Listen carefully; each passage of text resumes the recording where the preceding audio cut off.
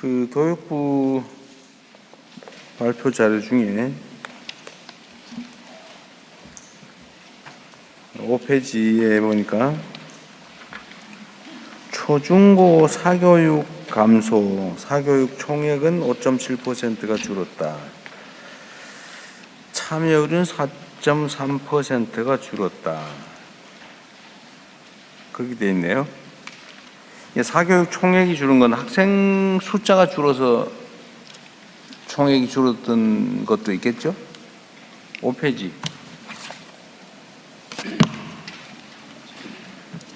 프레젠테이션 5페이지요. 네, 프레젠테이션 5페이지.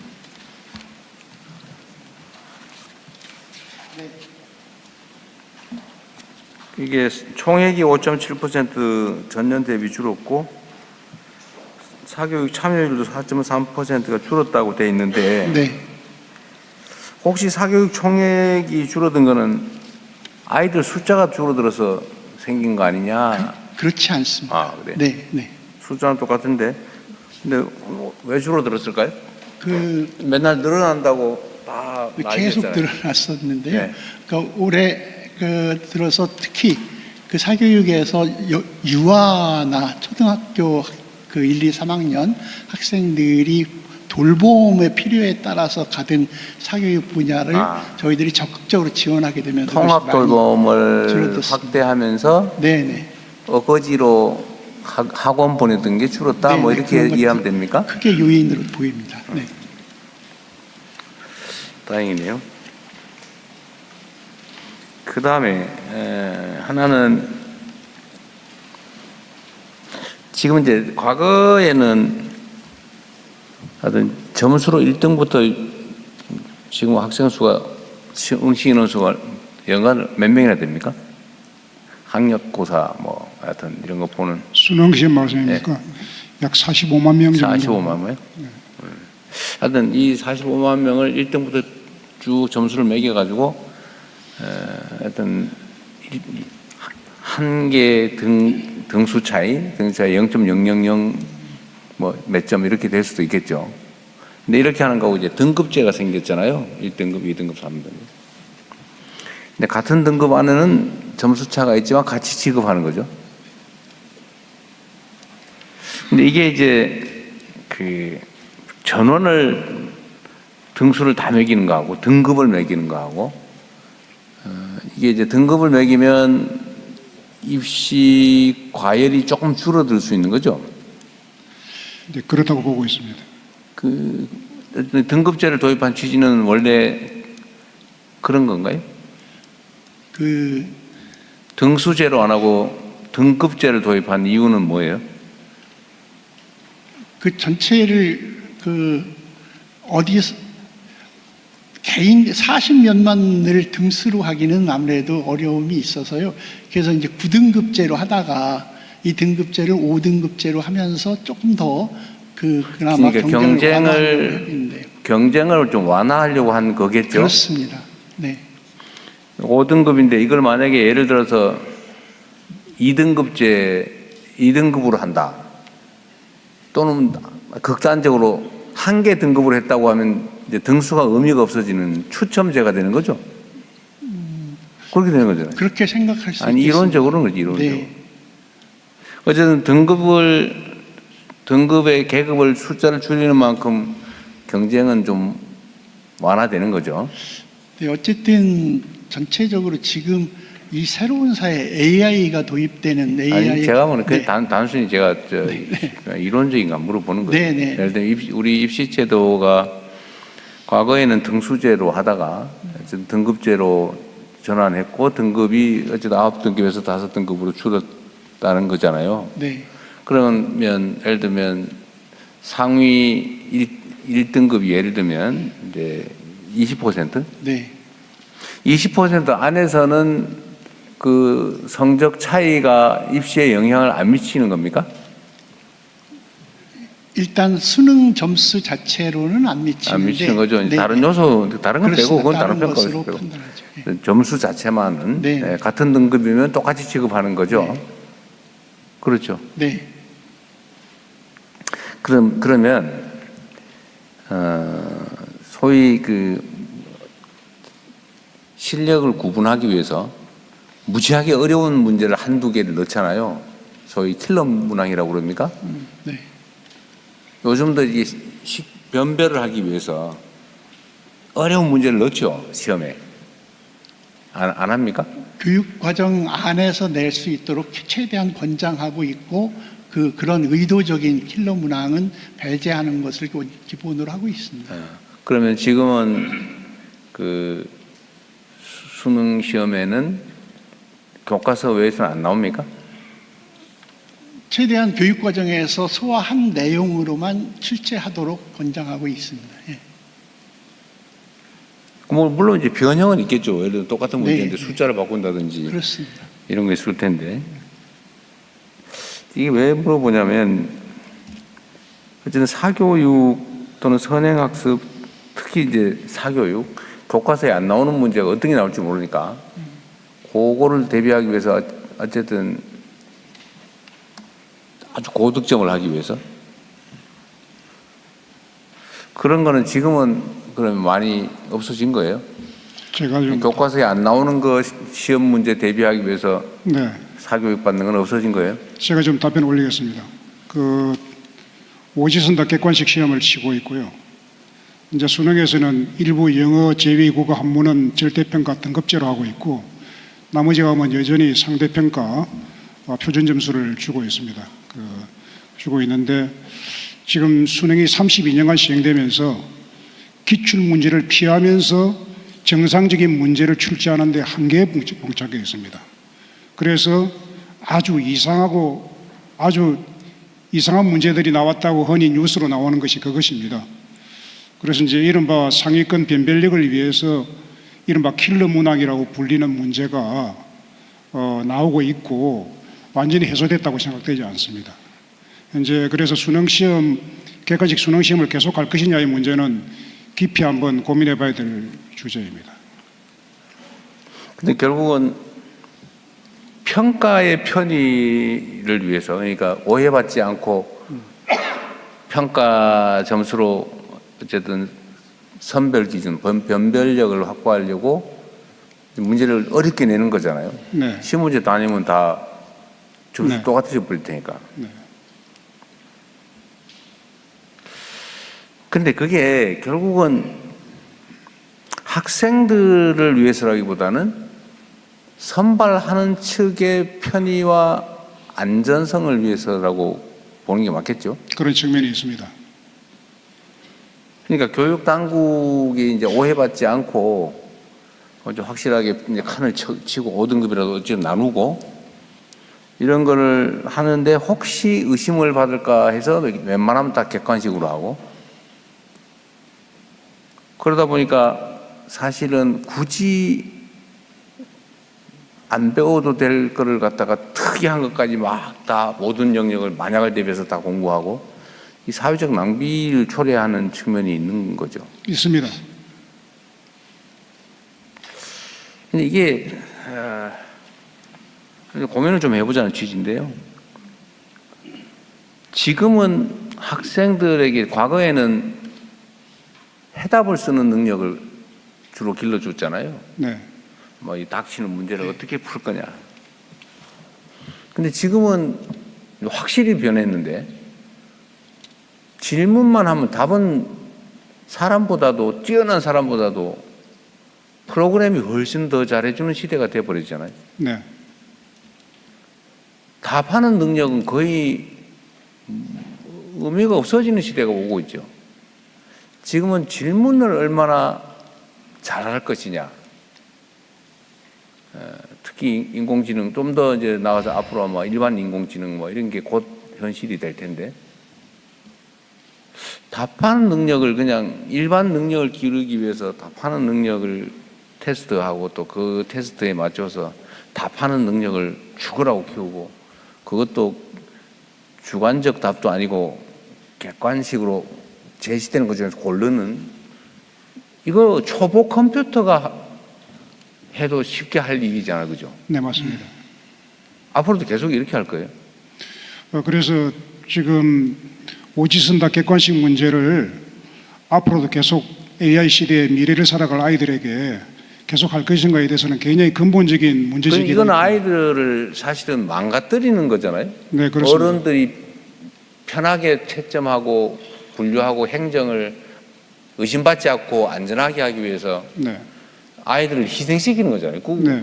필요 없는 걸 가르치고 아들 규격화하고 지금 규격화된 인격체들은 별로 유효성이 없잖아요. 그죠? 네.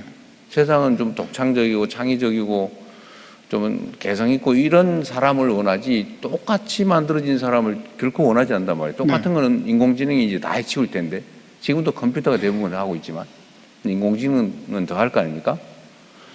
그런데 이런 세상에서 규격화된 사람을 키워내는 교육을 계속하는 게 저는 교육을 하는 게 아니라 망치는 것 같거든요. 네. 너무 과격한 표현인지 모르겠는데 좀 네. 어떠세요? 네, 지금 현재의 그 시험 체제는 고등교육에 들어가기 그 직전까지 오지선다형 객관식 문제를 무한반복 풀이 훈련을 하고 있는 것입니다. 그래서 그것으로는 그 사고력이나 창의성을 기를 수가 없고요. 고등교육의 그 준비를 할 수도 없습니다. 그래서 이제 아이들이 고생을 해도 의미 있는 고생을 해야 되는데 그 문제 풀이를 고도한 어떤 패턴 익히기가 가장 최상위권 학생들이 잘하는 것이 문제의 패턴을 익혀서 빨리 푸는 것입니다.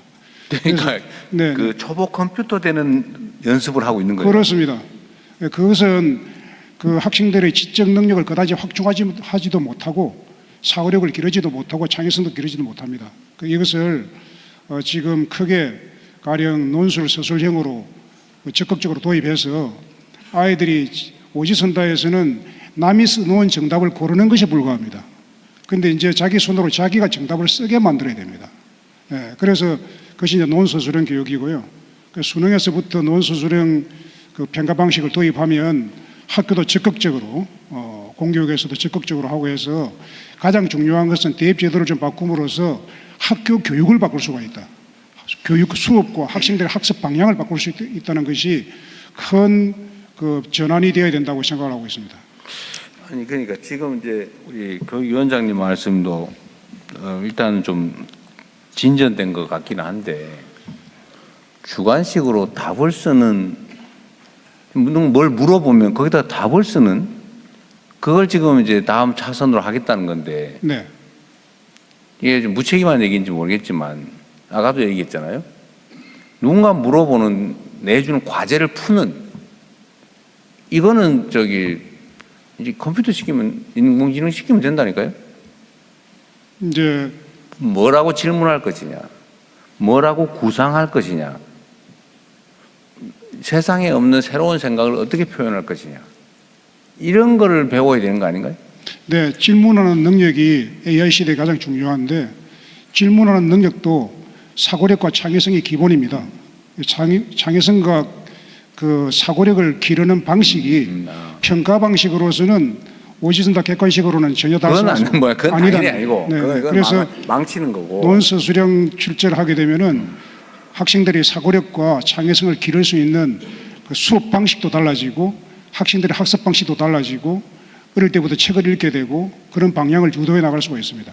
대통령께서 말씀하신 그런 문제의식에 기초해서 어쩌면 초등학교, 중학교 과정까지는 거의 수업 자체가 학생들이 어떤 것에 대해서 문제의식을 가지고 질문을 유도할 수 있도록 하고 그 질문에 대해서 함께 협력해서 그 문제 해결책을 찾아가도록 하는 방식으로 우리나라 교육의 수업 형식이 많이 진전이 됐습니다. 그렇지만 중3 이상 이렇게 되면 대학 입시라고 하는 큰 과제가 있어서 그것이 다시 고등학교 되면 원위치되는 상황이어서 대입 제도에 대한 어쨌든 변화는 필요하다. 그런데 워낙 예민한 문제여서 네. 어디까지 할 것인가 어떻게 할 것인가는 지금 국교위에서 중심이 돼서 대입 특위에서 논의를 하고 있는데 어쨌든 전 국민적으로 그 수의 과정을 거쳐서 단계적으로라도 어쨌든 변화해야 될 때가 왔다는 것은 거의 전체 국민이 동의하고 있다 이렇게 생각합니다.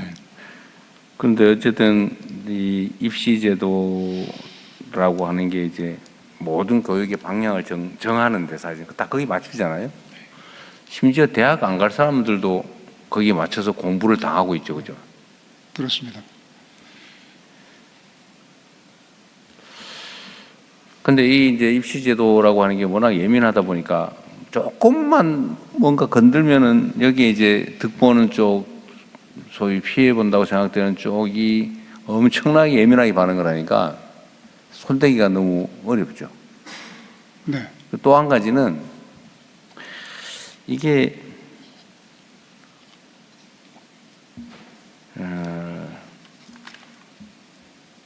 선택의 여지가 없는 게 또 문제죠. 그러니까 모두가 오로지 대학 입시라고 하는 거에 맞춰서 대학별로 안 갈 사람까지도 그냥 쫙 거기에 맞춰서 고등학교뿐만이 아니라 막 중학교, 심지어 초등학교까지, 어쩌면 그 이전에 유아교육까지. 네. 네, 이런 상태에서 지금 교육 그 입시제도의 변화를 주려고 하면은 너무 어려울 것 같아요, 그죠? 이제 저는 대학, 사실은 그걸 별로 권장을 안 하는 쪽인데 사실은 네. 교육제도, 입시제도에 손대가지고 칭찬받은 예가 없어요. 네. 잘하면 칭찬받을 수 있다고 생각합니다. 진짜요? 네. 너무 자신감 넘치는 것 같은데. 그동안의 그 입시제도 변화는 주로 그 유불리 조정, 각 대학 입시를 준비하는 그룹들이 있습니다. 뭐 고등학교 유형도 다르고 유불리 조정 등에 상당히 신경을 많이 썼는데요. 그것은 교육 내용을 변화시키는 힘이 없었습니다. 그런데 대학 입시 제도가 교육 내용을 변화시키는 힘이 있습니다. 수업도 바꾸고 학습 방식도 바꾸고 하는 힘이 있기 때문에 대학 입시의 그 힘을 이용해 가지고 교육 내용을 바꿀 필요가 있다. 대통령의 말씀처럼 대학 안 갈 아이도 대학 입시에 필요한 그런 교육을 해야 되느냐 이런 말씀을 하셨는데, 대학 안 갈 아이들을 생각한다면 더더욱 오지선다 객관식을 해서는 안 됩니다. 아, 그건 당연하죠. 네네. 그런 아이들을 생각한다면 더더욱 사고력과 창의성을 기르는 뭔가 자기의 생각을 쓰는 그것을 계속 고도화해 나가는 교육을 해야 되고요. 그래서 여러모로 보더라도 어느 모로 보더라도 대입제도는 좀 크게 그 평가 문항 방식이 좀 바뀌어야 된다, 그렇게 생각하고 있습니다. 네, 어쨌든 뭐 이 정도 하시고요. 뭐 저도 답은 없습니다. 답은 없는데 답답한 건 사실이에요. 그러니까 매우 어려운 과제이지만 지금 이제는 그 AI 시대로 전환하고 있는 시대에 어렵고 힘든 과제이지만 반드시 해야 될 과제라고 생각하고요. 그래서 그 우리 국민주권 정부 시대에 국교유학교육부가 손잡고 어쨌든 국민들께 최대한 좋은 방안을 마련해서 제안하면서 방향이라도 확실하게 잡는 것이 이 시대 저희들의 과제라고 생각하고 있습니다. 그 다음에 그 지금 연결된 질문인데, 이제 사람들이 세상을 살아가려면 하여튼 뭔가 생산 수단을 가져야 되잖아요. 근데 지금은 이제 인공지능이라고 하는 이전에는 보지 못한 새로운 획기적인 엄청난 생산 도구가 생겨나는데, 이건 이제 우리 모든 국민들에게 쥐어 드려야 될 거 아닙니까? 인공지능을 어떻게 이해하고 어떻게 활용할 거냐.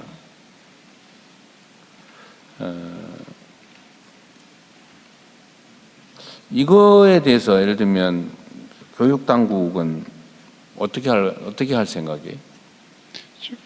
제가 네, 교육부 장관님부터 그러면. 어쨌든 인공지능 시대에 이미 그러니까 모두의 인공지능 얘기하고 계시기도 하고, 그런데 저희로 교육에서는 정말 중요한 게 인공지능이 무엇인가, 이것이 우리에게 어떤 유리함이 있는가, 이걸 사용할 때 우리가 주의해야 될 것은 무엇인가 같은 아주 기본적인 것이 먼저 되지 않으면, 그리고 인공지능을 실제 활용할 수 있는 사람이 주인이 되고 인공지능이 나의 소중한 도구이고 친구로서 자리매김할 수 있도록 하기 위해서는 우리 말씀하신 우리가 학생들이 창의력이라든가 이런 기본 역량을 갖출 수 있도록 한 후에 활용 능력을 더해주는 것이 전체 교육에서는 방향이라고 생각하고요.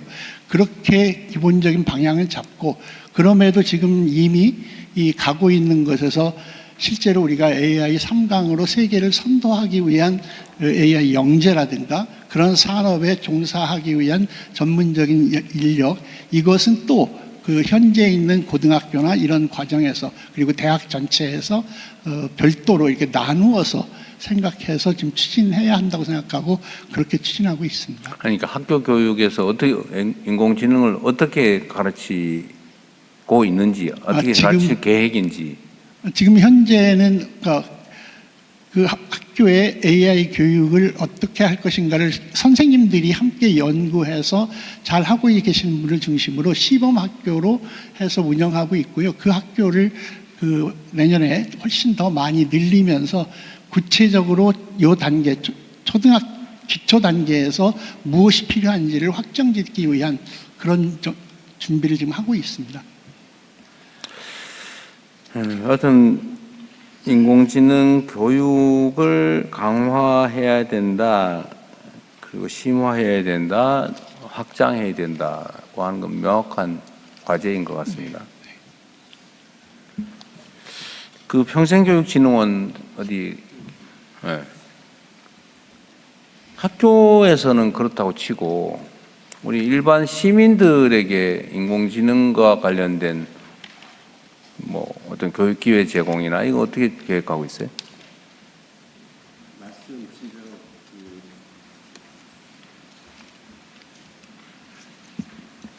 예, 말씀하신 대로 인공지능 AI가 의식주에도 붙지 않으면 안 될 정도의 세상에 와 있습니다.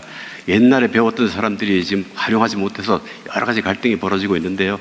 내년부터는 저희가 운영하고 있는 학점은행이라든가 독학사 과목에도 AI 인공지능 과목을 이제 기본 수양 과목으로 넣어서 운영할 계획으로 있습니다. 저희가 설립한 지가 2008년도부터 18년 되는데요. 지난번 말씀하셨듯이 예산이 단 한 번도 늘어난 적이 없습니다. 오히려 3년 전보다는 한 60% 정도가 줄었는데요. 이 인구가 평생교육 대상 인구가 엄청나게 급증함에도 불구하고 예산이 줄었지만 지난번 대통령께서 말씀하신 대로 이제 여러 분위기가 지금 고조되어 있어 교육부라든가 기재부라든가. 자, 딴 얘기하지 마시고 어떤 프로그램을 가지고 있느냐 이 말이에요. 어떻게 누구를 대상으로? 지금 그 저희들이 400개 우리 학점 운영 기관이 있습니다. 그쪽에다가 그 AI 기초 소양이라든가 AI 윤리라든가 아주 가장 기초적인 과목부터 내년부터 그 실시할 계획으로 있습니다. 대학 평생교육원도 활용할 계획이고요. 어쨌든 과거에 우리 기억으로는 그 컴퓨터 시대가 개막하면서 온 동네에 컴퓨터 학원이 뭐 난립하다시피 있었죠.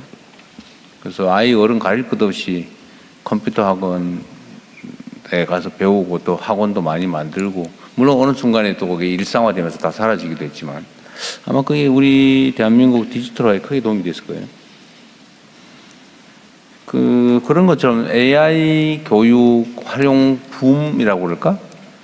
이런 것들을 어떻게든지 조성을 해야 되지 않을까 싶어요. 뭐 교육기관은 말할 것도 없고, 우리 국민들에게 일상적인 AI 활용 기회 또는 교육 기회를 만들어 줘야 되겠다, 이런 생각이 듭니다.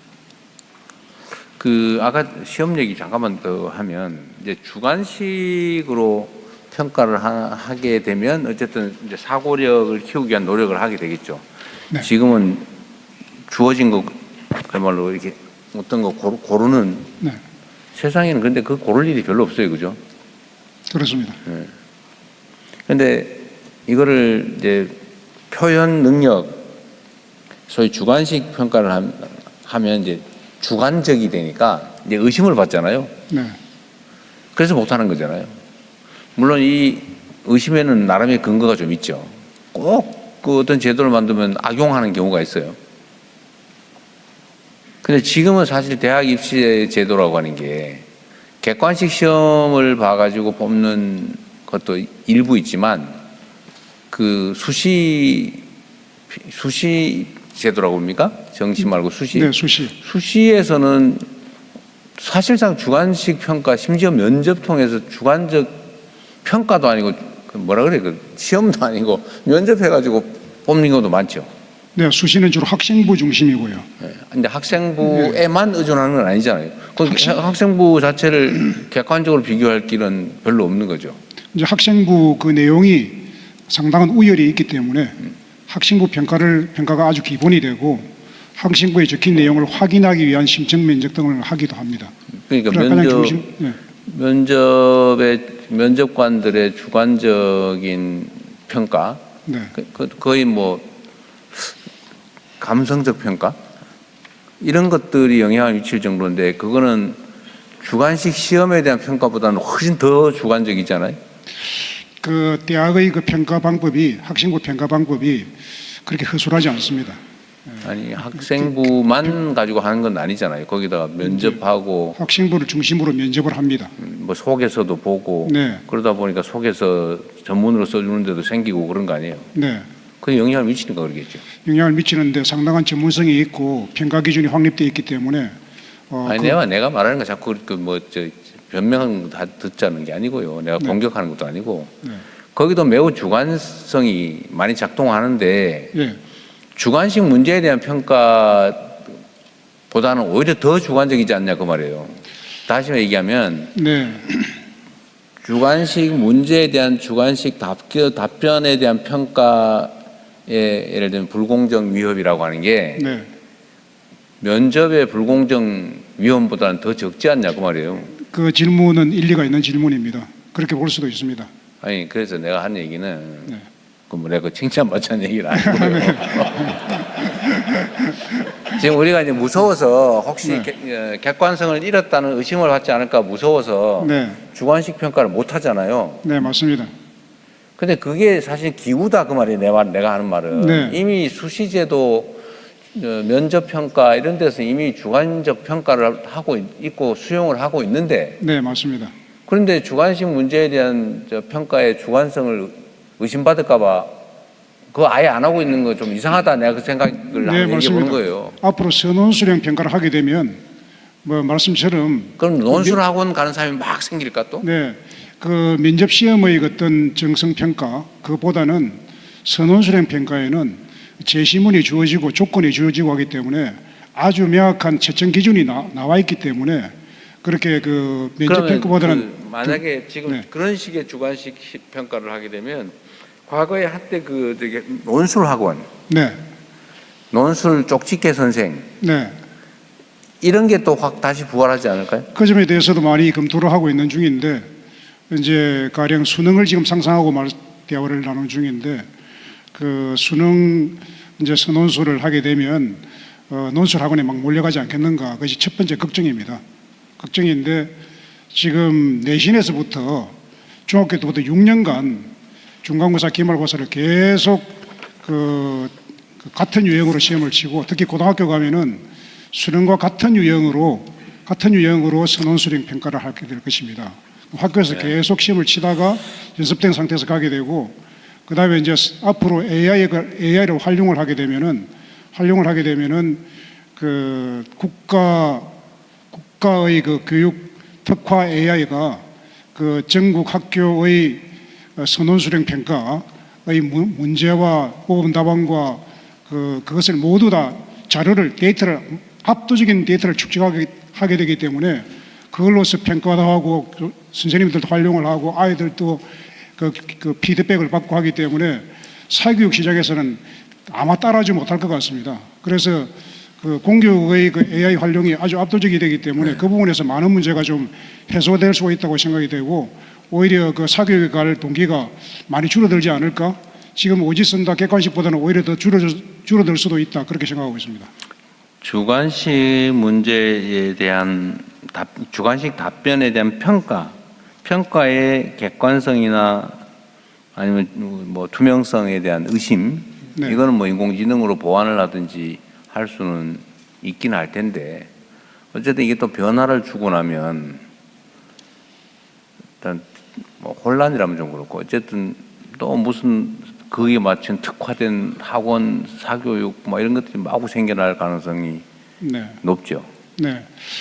사교육은 어떤 대입제도가 어떻게 바뀌더라도 그 틈새에서 생존을 하기 때문에 그 완전한 해결책은 좀 없는 것이고. 해결책은 없을 텐데 이게 그 우물 밑에 가라앉은 진흙처럼 지금은 어쨌든 안정이 돼 있잖아요. 네. 시장이 안정이 돼 있는데 뭔가 규칙이 바뀌면 그게 다시 뒤집어서 새로운 질서를 찾을 때까지는 엄청난 흙탕물이 생기면서 사회적인 갈등이 야기되겠죠. 네. 제가 이거 바꾸라고 한 얘기 아닙니다. 네.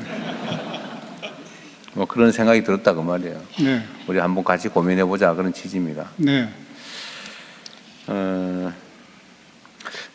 그 바로 옆 칸에 보면 국가 교육 경쟁력 상승 27위에서 21위 이거는